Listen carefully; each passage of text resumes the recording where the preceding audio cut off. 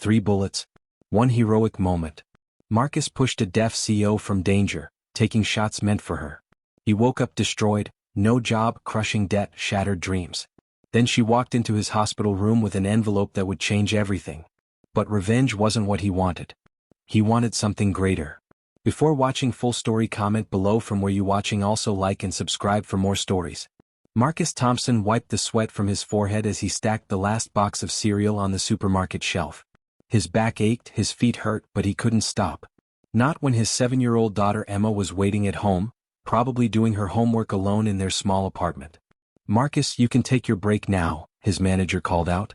"Thanks, Mr. Peterson." Marcus grabbed his worn jacket and headed outside. The evening air felt cool against his tired face. He had 15 minutes. Just enough time to grab a cheap sandwich from the corner store. As he walked down the busy street, he noticed a woman standing outside the bank. She wore an expensive gray suit and held a leather briefcase. Her fingers moved quickly, signing something to her assistant who stood beside her. Marcus had learned some sign language when Emma's best friend at school was deaf. He recognized a few signs: meeting, important, nervous. The woman looked stressed. Her assistant nodded and walked toward a parked car to get something.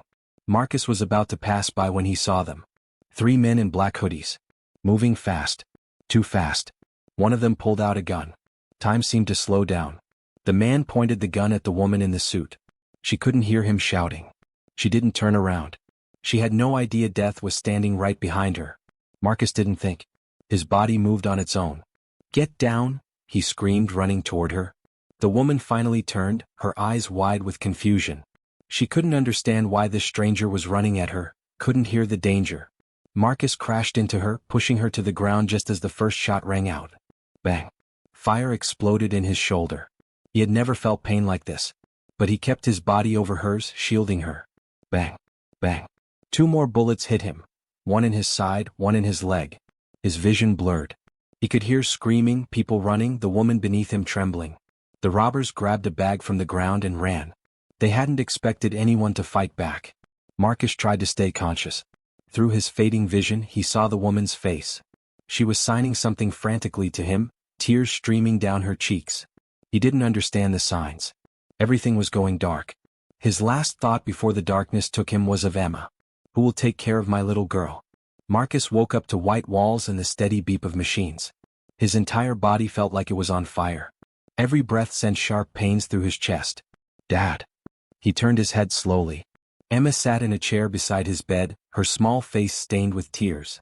Mrs. Chin, their elderly neighbor, stood behind her with a worried expression. "Baby," Marcus whispered, his voice weak. Emma grabbed his hand carefully, trying not to hurt him. "Dad, you scared me so much. Mrs. Chin got a call from the hospital. They said you were shot." "I'm okay, sweetheart. Dad's okay." But he wasn't okay. Over the next few days, Marcus learned the truth. 3 bullets had torn through his body. The doctors had saved his life, but the damage was severe. 1 bullet had shattered bone in his leg. He would need multiple surgeries. He would need months of physical therapy. He might never walk properly again. And the bills? Marcus stared at the papers in his shaking hands. $287,000 for emergency surgery. $45,000 for the ICU. $12,000 for medications. The numbers kept going up. His basic insurance from the supermarket covered almost nothing. He had exactly $3,400 in his savings account. Money he had been saving for 2 years to buy Emma a proper birthday present and maybe fix their leaking roof. "How will I pay for this?" he whispered to himself one night when Emma was asleep in the chair beside him. He couldn't work. The supermarket had already called to say they couldn't hold his position. He had no income. No savings. A daughter to feed. Medical bills that would bury him forever. Marcus closed his eyes and felt tears slip down his cheeks. He had saved a stranger's life, and now his own life was destroyed. 1 week after the shooting, a woman walked into Marcus's hospital room. She wore the same gray suit he remembered from that terrible day.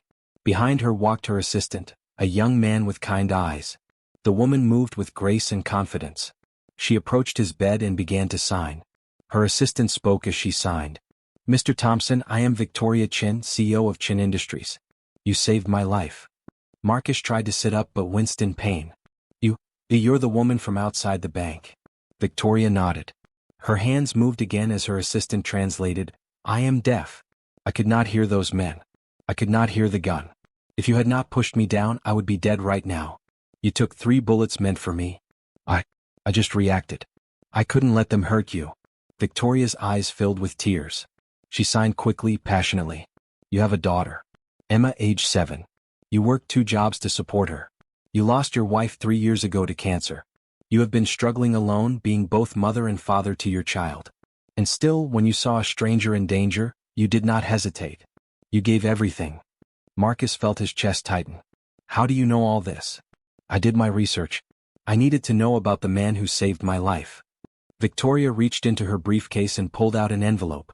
The hospital sent me your medical bills. I have seen the numbers. Marcus felt ashamed. I'll figure it out. I always do. Victoria shook her head firmly. Her hands moved with determination as her assistant spoke. No. You will not figure it out alone. I'm going to help you. But first, I need you to answer a question honestly. Victoria's assistant set up a laptop on Marcus's bedside table. On the screen appeared the faces of the 3 men who had shot him. Police mugshots. These men, Victoria signed.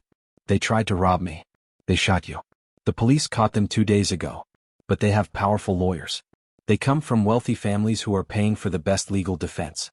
The prosecutors say they might get only 5 to 7 years in prison. Marcus felt anger burn in his chest. 5 to 7 years? They almost killed me. They destroyed my life. Exactly. Victoria's hands moved sharply. I want justice. Real justice. I want to make sure they pay for what they did. I have money. I have power. I have lawyers. If you want revenge, I will help you get it. We will fight them together. We will make sure they face real consequences. Marcus looked at the faces on the screen. He felt rage hot and bitter. These men had taken everything from him. His health. His job. His ability to provide for Emma. They deserved to suffer. But then he looked at Emma, sleeping peacefully in the corner chair. No, he said quietly. Victoria's eyebrows raised in surprise. No, Marcus repeated. I don't want revenge. Those men will face justice through the courts. But revenge? Revenge won't heal my body. It won't pay my bills. It won't put food on my daughter's table. He paused. What I want is to survive. I want to give my daughter a good life. That's all I've ever wanted. Victoria stared at him for a long moment. Then slowly she smiled. Her hands moved and her assistant translated. You are a remarkable man, Marcus Thompson. Most people would want blood. But you want something better. You want to build, not destroy. She reached into her briefcase again. Then let me help you build. She placed 3 documents on his bed. First document, her assistant said as Victoria signed. I am paying all your medical bills. Every single one. You will not owe $1. Marcus's eyes went wide. What? No, I can't. Victoria held up her hand to stop him. She continued signing. Second document. This is a contract for a job at my company. You will be the director of community safety. Your job will be to develop programs that teach people how to stay safe, how to help others, how to be brave like you were.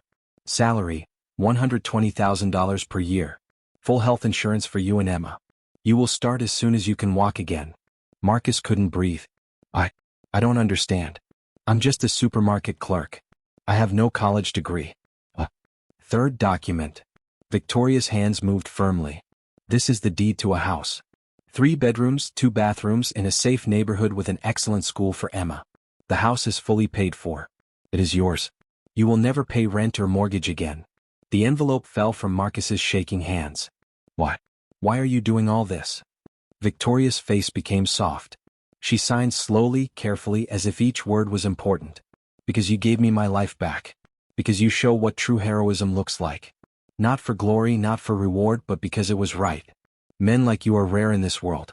And when I find one, I do not let him struggle in darkness. I lift him into the light. Marcus began to cry. Big, heavy tears that he couldn't stop. All the fear, all the pain, all the worry of the past week came flooding out. Thank you, he sobbed. Thank you. When Marcus woke up the next morning, Emma was already awake, reading the documents Victoria had left.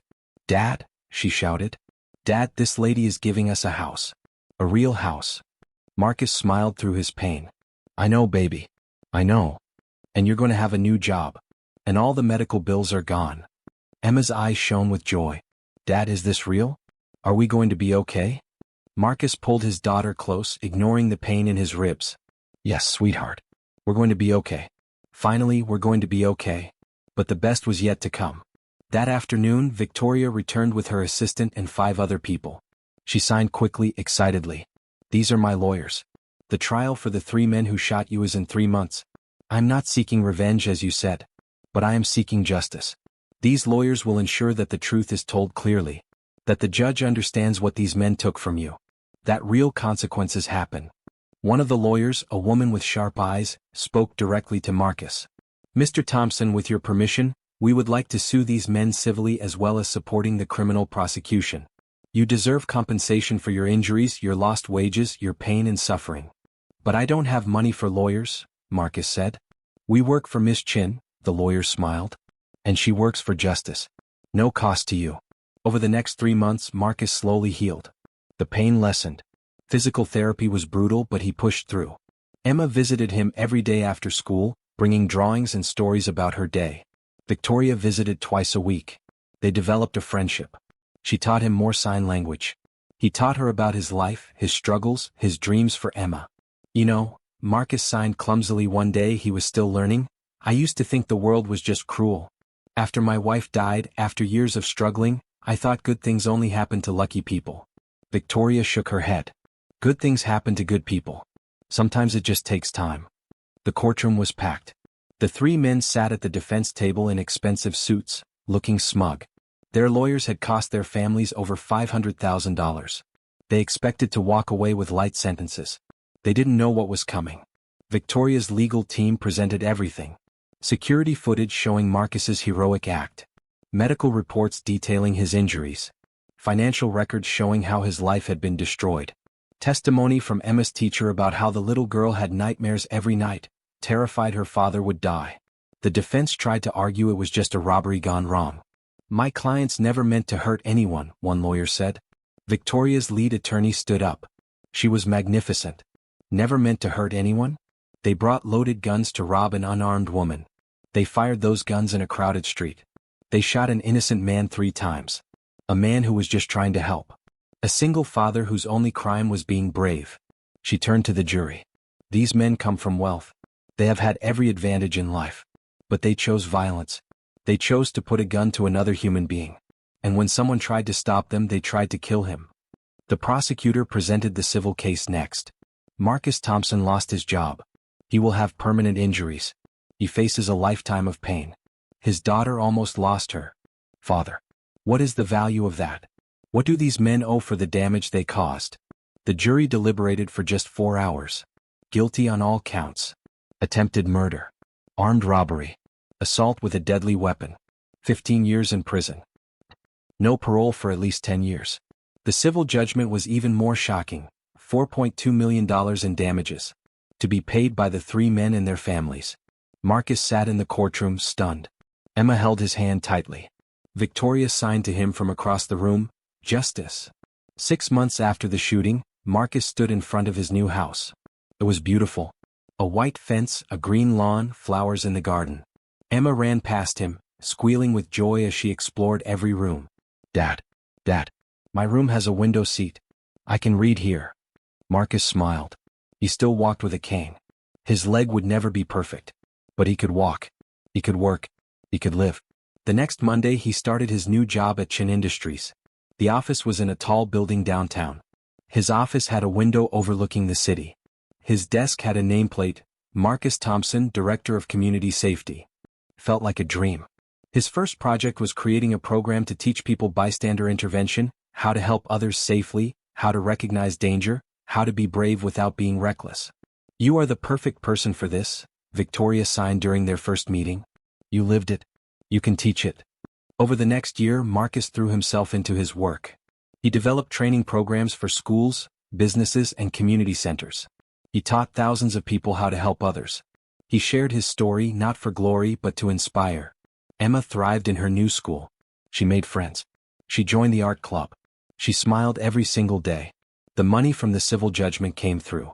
Marcus didn't need it for himself. Victoria had already given him everything. So he created something else. The Marcus Thompson Foundation for Single Parents.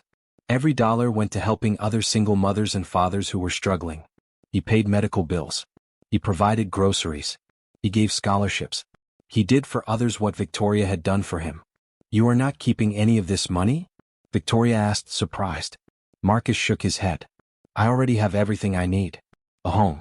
A job. My daughter is safe and happy. This money can help other people who are where I was, drowning, desperate, afraid." Victoria's eyes filled with tears. She signed, "You are teaching me what true heroism means. It is not just one moment of bravery. It is a lifetime of choosing to help others." 10 years later, Marcus stood in the crowd of parents, his cane in hand, watching as Emma walked across the stage. She was 17 now, graduating high school with honors. "Emma Thompson," the principal announced, "full scholarship to Northwestern University for social work." The crowd applauded. Marcus's chest felt like it would burst with pride. His little girl, who had once sat in a hospital room terrified she would lose her father, was now going to university to help other people. After the ceremony, Emma ran to him and Victoria, who had come to support them. "Dad. Victoria. Did you see? I did it."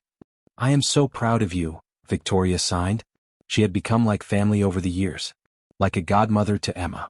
"I want to be like you too," Emma said, tears in her eyes. "Dad, you saved someone's life without thinking about yourself.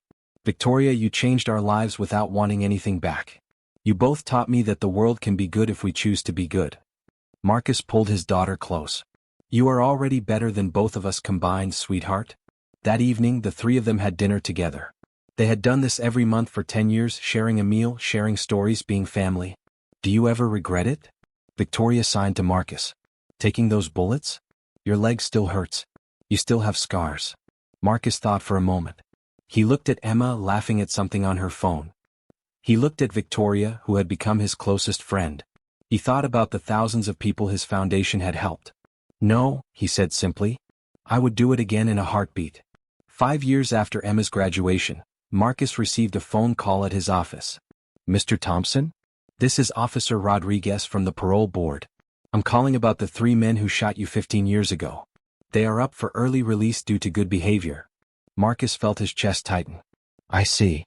We need to know if you want to make a statement at their hearing. You have the right to oppose their release." Marcus hung up and sat in silence. After all these years, he had almost forgotten about them. Their names, their faces, it had all faded. He had been too busy living his life to hold on to hate.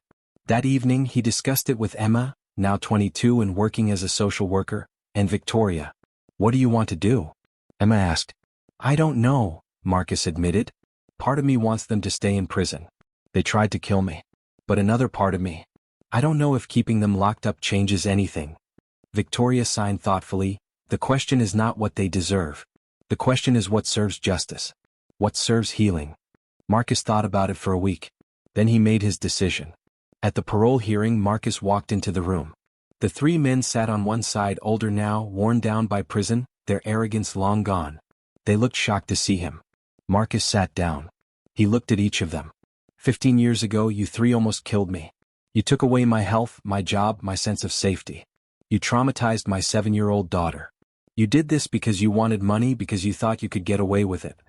The men looked down, ashamed. "I could stand here and tell the board that you should rot in prison for the rest of your lives. And honestly, part of me wants to." He paused. "But I have learned something over these 15 years. Revenge does not heal wounds. Hate does not build a better world. I have spent 15 years helping people, building a foundation, raising my daughter to be kind and strong. If I spend even one more minute of my life being angry at you, you win. You take more from me." Marcus leaned forward. "I am not here to oppose your release. I am here to tell you something more important. When you get out, you have a choice. You can go back to being the angry, violent men who shot me. Or you can become something better. You can spend the rest of your lives trying to make up for what you did. You can help people instead of hurting them." One of the men, the one who had pulled the trigger, began to cry. "We're sorry," he whispered. "We're so sorry." "I believe you," Marcus said. "Now prove it. Not to me. To the world. Become better men." The parole board granted their release. Some people thought Marcus was crazy for not opposing it. But Emma understood. "Dad," she said, hugging him after the hearing, "you just saved their lives too. You gave them a chance to be better." Victoria signed with admiration. You continue to be the bravest man I know." 20 years after the shooting, Marcus stood on a stage in front of 500 people. His hair was gray now. He walked with a cane always. But his eyes were bright with purpose. The Marcus Thompson Foundation had grown beyond anything he imagined. They had helped over 10,000 single-parent families. They had paid for medical bills, provided housing, funded education, and offered hope. Victoria sat in the front row, now in her 60s, still running Chin Industries but spending more and more time on charity work. Emma sat beside her, now a successful social worker and mother herself. Marcus's 3-year-old granddaughter, Sarah, played quietly with her toys. 20 years ago, Marcus said into the microphone, "I was shot 3 times trying to save a stranger's life. I thought my life was over. I thought I had lost everything." The crowd was silent, listening. But that terrible day led to this beautiful life. It led to friendship with an amazing woman who taught me that kindness can change the world. It led to opportunities one never dreamed possible. It led to a foundation that helps families every single day. He paused, emotion thick in his throat. If I could go back to that day knowing everything that would happen, the pain, the bullets, the long recovery, would I still push that woman out of the way? Would I still take those bullets? The crowd waited. Yes. 1,000 times yes. Because saving one life, just one, is worth everything. And that one act of bravery gave me a lifetime of purpose. The crowd rose in a standing ovation. After the speech, Marcus sat with Victoria and Emma. Little Sarah climbed onto his lap. "Grandpa," Sarah said in her tiny voice, "Mommy says you're a hero." Marcus smiled. "No, sweetheart. I'm just a dad who tried to do the right thing." "That's what a hero is," Victoria signed, her eyes warm with affection. That night, Marcus stood in his backyard looking at the stars. Emma came out and stood beside him just like she used to when she was little. "Dad, do you ever think about what your life would have been like if you hadn't saved Victoria that day?" Marcus considered it. "Sometimes. I probably would have kept working at the supermarket. We would have stayed in that tiny apartment. Life would have been hard, but we would have made it. We always did. But you wouldn't have the foundation. You wouldn't have helped all those people." "That's true." Marcus put his arm around his daughter.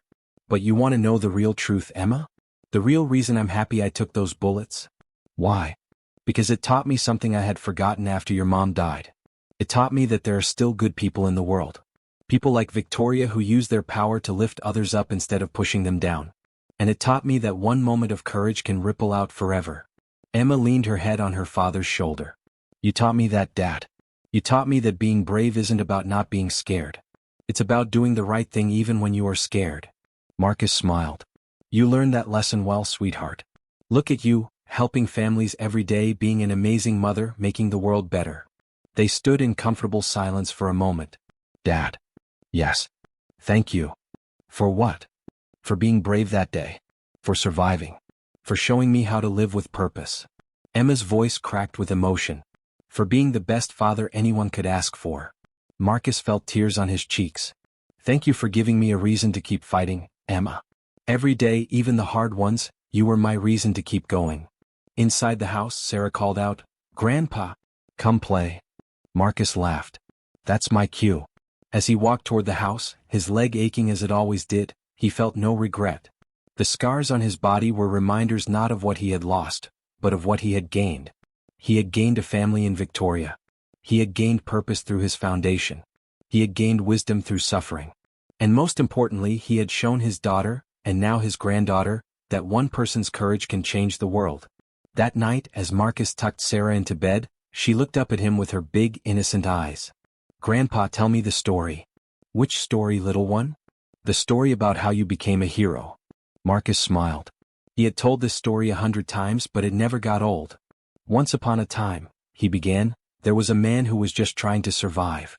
And as he told the story, simplifying it for his granddaughter's young ears, he realized something profound.